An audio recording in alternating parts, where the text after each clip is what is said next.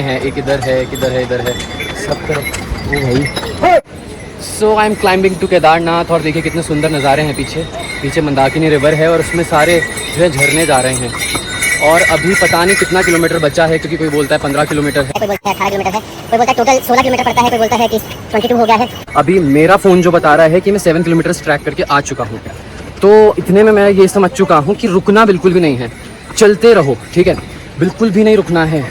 अगर मतलब जितना हो सके उतनी तेज़ स्पीड में चलो, जितने में आपकी सांस ना फूले उतनी तेज़ स्पीड में चलो और चलते रहो, रुको मत। थोड़ा सा ऐसा लगे कि बिल्कुल अब हिम्मत नहीं है चलने की, तो रेस्ट करो। और वो रेस्ट भी सिर्फ और सिर्फ मुश्किल से 5 मिनट का मैक्सिमम, उससे ज़्यादा रेस्ट नहीं करना है। फिर 5 मिनट होते ही फिर वापस चलना शुरू कर दो, और वो भी जितनी ज़्यादा स्पीड में हो सके उतनी स्पीड में। और घोड़ा करने की बिल्कुल नीड नहीं है, इतना कोई हार्ड, इतना कोई डिफिकल्ट ट्रैक नहीं है। आप सुबह 6 बजे अगर गौरीकुंड से चलना शुरू करेंगे तो आप दोपहर के 3 बजे तक ईजिली पहुँच सकते हो केदारनाथ।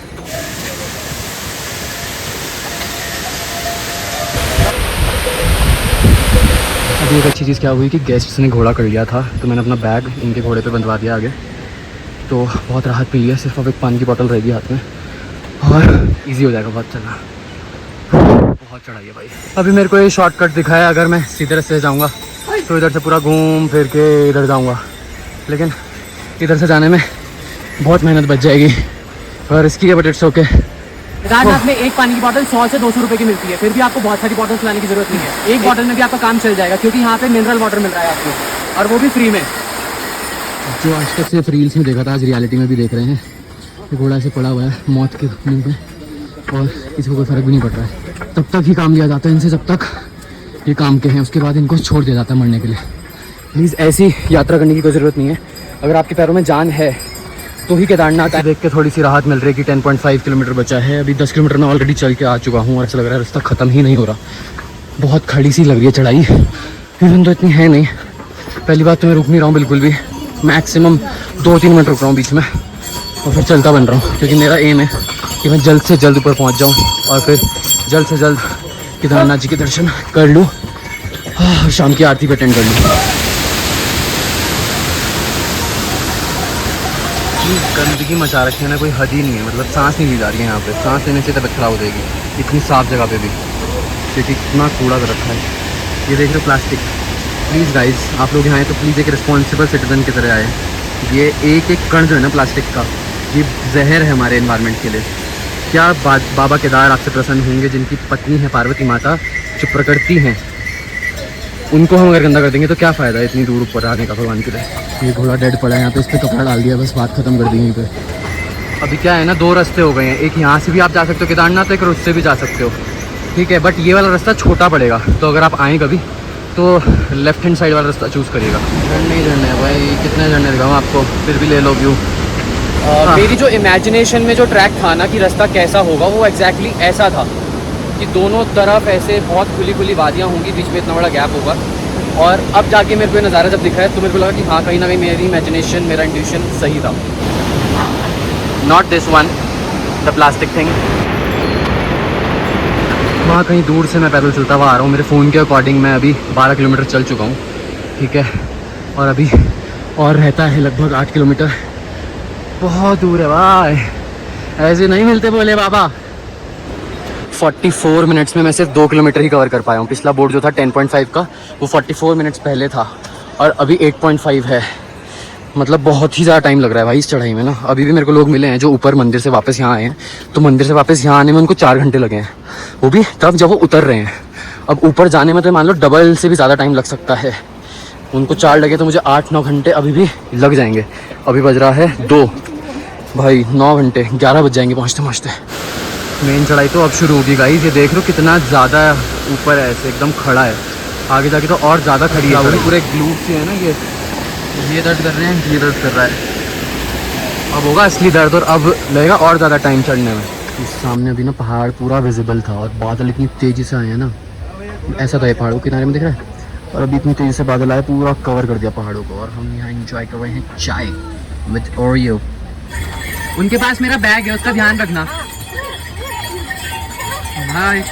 बाहर बारिश शुरू हो गई है, लेकिन मेरी किस्मत ने साथ दे दिया और मेरे जो गेस्ट थे वो अभी आए थे, तो उन्होंने मेरे को रेनकोट दे दिया है। मेरे बैग में ही था रखा हुआ। तो अब यहाँ से रेनकोट पहन के आगे का सफ़र शुरू करते हैं। आधे घंटे का रेस्ट लिया है मैंने यहाँ पे अभी। अब जाके कुछ सही सा ये आया रास्ता, ये भी पता नहीं कितनी दूर तक है। सीढ़ियाँ चढ़नी फिर भी ठीक है क्योंकि सही है कंस्ट्रक्शन इनका, नहीं तो अभी तक रास्ता देखो कैसा था, पैर रखने की भी जगह नहीं है रास्ते में। कैसे आ रहे हैं लोग। पहन रखा है रेनकोट,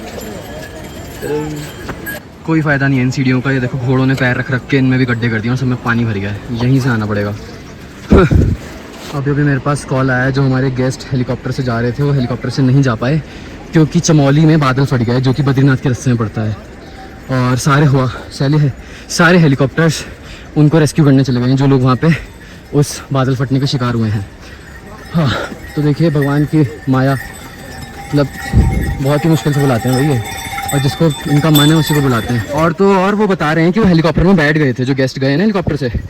2 मिनट दूर बचा था सिर्फ केदारनाथ, हेलीकॉप्टर वाला मोड़ के वापस ले आया कि अब उसे उधर जाना पड़ेगा बद्रीनाथ रेस्क्यू पे। तो देख रहे हो कितने पास से छू के वापस बुला लिया भगवान ने। अभी पानी एकदम ही ख़त्म हो गया था, तो यहाँ से मैं पानी भर के पी रहा हूँ।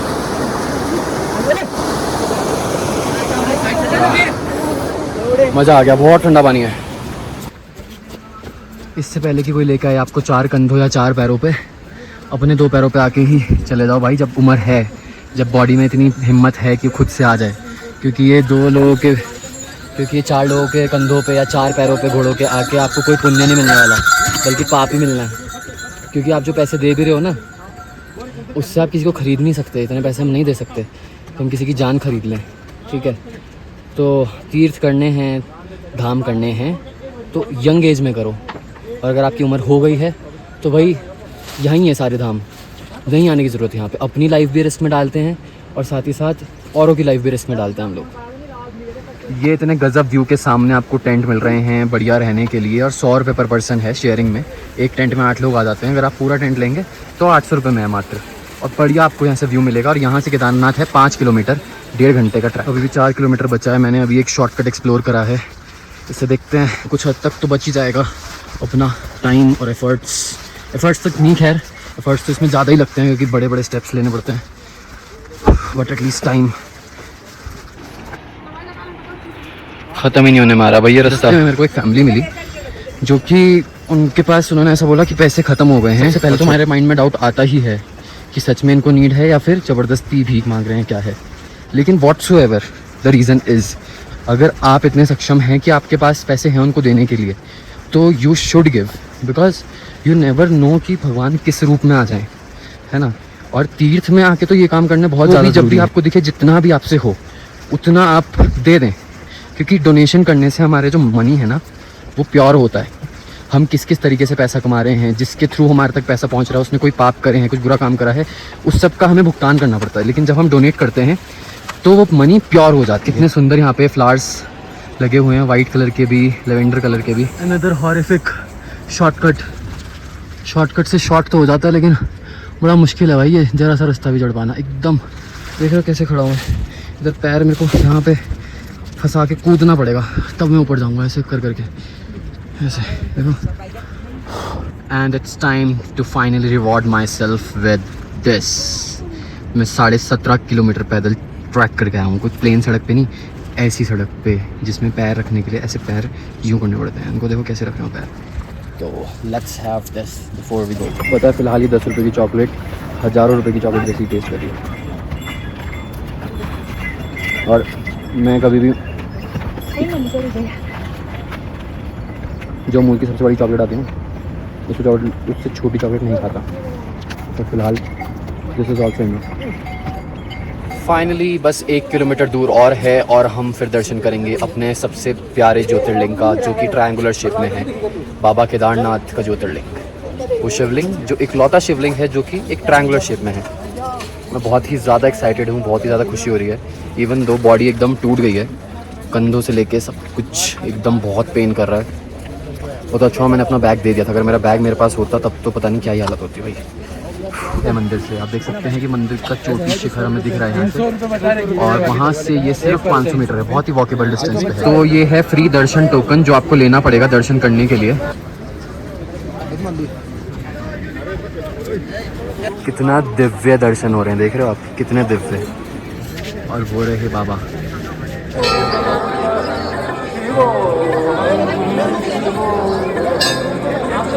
मंदिर का ये एग्जिट गेट है। बहुत अच्छे दर्शन हुए हैं अभी, पर अंदर फ़ोन चलाना अलाउड नहीं था, और चलाने को चला सकते हैं, डांट खा लो फिर, है ना। लेकिन क्यों करना है सब मंदिर में आके भी, है ना। ये जो है मंदिर के एग्जैक्ट पीछे एक कुंड टाइप की चीज़ है, इसमें जल है। लोगों ने इसमें सिक्के भी चढ़ाए हुए हैं, तो इसे अंदर लोटा डाल के आप ये जल निकालते हैं और फिर ये जल आप पी सकते हैं, साथ में आप घर भी ले जा सकते हैं। थोड़ा मेरे को भी दीजिएगा। ओम नमो नारायण, ओम नमः शिवाय। ये खरीद सकते हैं यहाँ से और इसको घर ले जा सकते हैं इसमें। इस मेरा जो स्टे है वो गेस्ट के साथ नहीं है, गेस्ट का स्टे है यहाँ से चढ़ते ही जो पहला गेस्ट हाउस है, ये वाला बहुत ही सुंदर गेस्ट हाउस है, 18,000 रुपये का रूम है। और मेरा जो है स्टे थोड़ा दूर है, ये पुल क्रॉस करके जाके एक कैंप में है। होपफुली मुझे उसमें ठंड ना लगे, क्योंकि मेरे को ठंड वैसे ही बहुत ज़्यादा लगती है, और आज तो और ज़्यादा लग रही है क्योंकि मैं बारिश में भीग गया हूँ और ठंड है भी, और एल्टीट्यूड भी इतना हाई है, तो होपफुली ठंड ना लगे और मैं सर्वाइव कर जाऊँ आज की रात। पता नहीं भाई कितनी दूर लेके जा रहा है बंदा, वहाँ से आ रहे हैं हम इतनी दूर से। ठीक है, अब देखो यहाँ so this is kind of a tent city. इधर टेंट ही टेंट लगे हुए हैं चारों तरफ, आप देख सकते हैं। And this is my tent 105 number, और आप देख सकते हैं कितना अच्छा वेल मेंटेन टेंट है अंदर से। ठीक है, अच्छे से इन्होंने प्रोवाइड कर रखा है सारी चीज़ें। इधर केटल है गर्म पानी की, हीटर है, और 4 कंबल इनके लिए हैं अलग अलग, और 1500 रुपये इसका रेंट रहता है पर हेड विद फूड, तो बहुत अच्छा अफोर्डेबल प्राइस है। I can't miss the Aarti.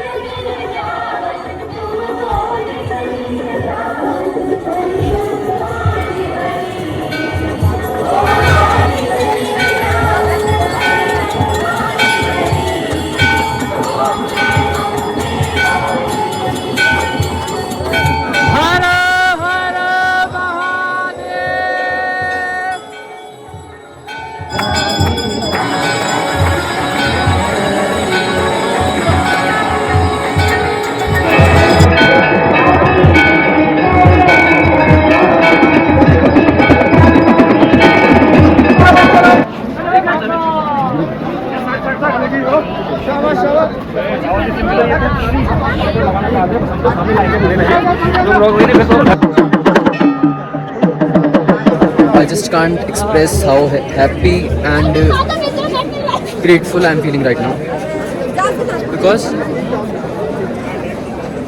obviously हर कोई यहाँ पे आना चाहता है हमेशा से, मैं भी आना चाहता था, बट मैंने कुछ प्लान नहीं करा, ही प्लान एवरीथिंग। मेरे पास फ़िलहाल लाइफ में बहुत सारी प्रॉब्लम्स चल रही थी, पैसे भी नहीं थे, बहुत कुछ था कि मैं नहीं आ सकता था, but he planned everything. He wanted to see me, this is the feeling I am getting, he wanted to see me to come and meet and take his blessings. मतलब I got paid to come here. मतलब लोग कितना पैसा खर्च करके यहाँ पर आते हैं, कितनी मुश्किलों से आते हैं, सालों साल प्लान करने के बाद यहाँ पर आते हैं, बट इंस्टेंटली सब कुछ करा गया।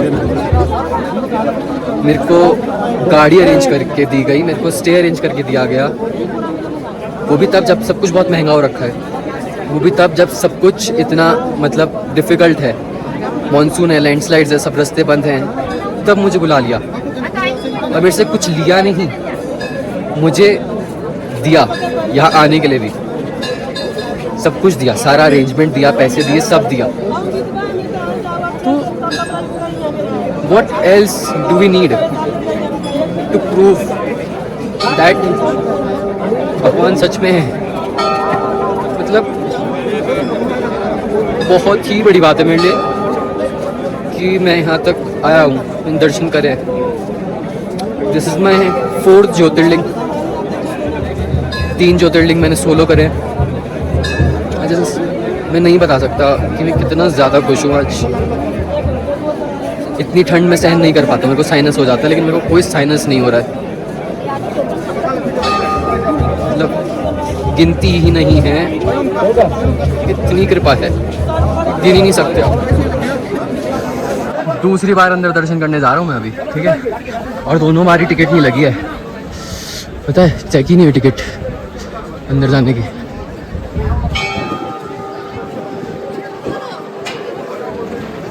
तो इधर रुद्रा कैंप्स वालों की ही कैंटीन में हम आ गए हैं डिनर करने, और डिनर खा के बस सो जाएंगे क्योंकि ऑलरेडी बहुत लेट हो चुका है। रेस्ट की बहुत ज़्यादा ज़रूरत है बॉडी को।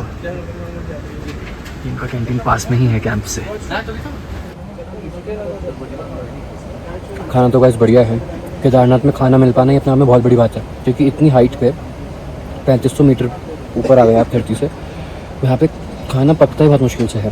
ठीक है, तो अभी मैंने थोड़ा सब्जी तो थी, थोड़ा पानी पानी वाली थी, तो मैंने रोटी को ही इसमें क्रश करके डाल दिया और बहुत अच्छा टेस्ट कर दिया। इसमें छोले हैं, आलू है, सब कुछ मिक्स है।